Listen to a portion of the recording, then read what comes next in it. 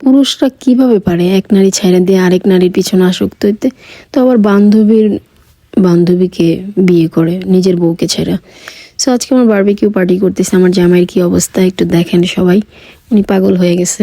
তো ওনারে বসে বসে আমি দেখতেছিলাম, বারবিকিউ করতে করতে নিজেই পাগল হয়ে গেছে। তো ওনার দুষ্টামিগুলো আমি দেখতেছিলাম বসে বসে। হ্যালো, আসসালামু আলাইকুম, আশা করি সবাই ভালো আছেন। আমি সঞ্জিদা চলে আসলাম নতুন আরেকটি ভিডিও নিয়ে। সো আমি সব কিছু এখানে মাখায় নিতেছি, যেহেতু আমরা গরু প্লাস মুরগি দুইটাই বারবিকিউ করব। সো গরুর পিসগুলো নিয়ে নিলাম, এক একটা পিস করে নিয়েছি, যেহেতু আমরা 4-5 জন ছিলাম। তো বেশি করব না, ভাবলাম যে অল্প কিছু করব। সো মানুষের জীবনটা আসলে খুব অদ্ভুত। কয়দিন ধরে ফেসবুকে দেখতেছি নাজিম, তানিশা, মিম ওদের কাহিনী। মিম মেয়েটা আসলে অনেক সরল, নাহলে এরকমভাবে নাজিমটা ছাইড়া দেয়?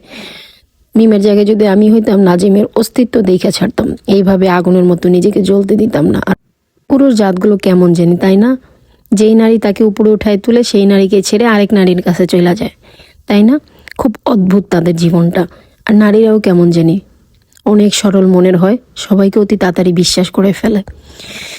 ছেলেরাও মেয়েদের কষ্ট দিতে একটু দ্বিধাবোধ করে না, আর মেয়েরাও খুব সরল মনে ছেলেদের বিশ্বাস করে ফেলে।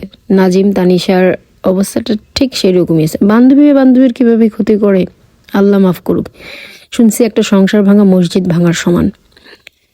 সো এই যেই প্রসঙ্গে ছিলাম, এই সাইডে আমার হাজব্যান্ড বারবিকিউ অলরেডি শেষ করে ফেলছে। So আমাদের ইচ্ছা ছিল আমরা আজকে খ্যাপসার চাল দিয়ে এটা খাবো।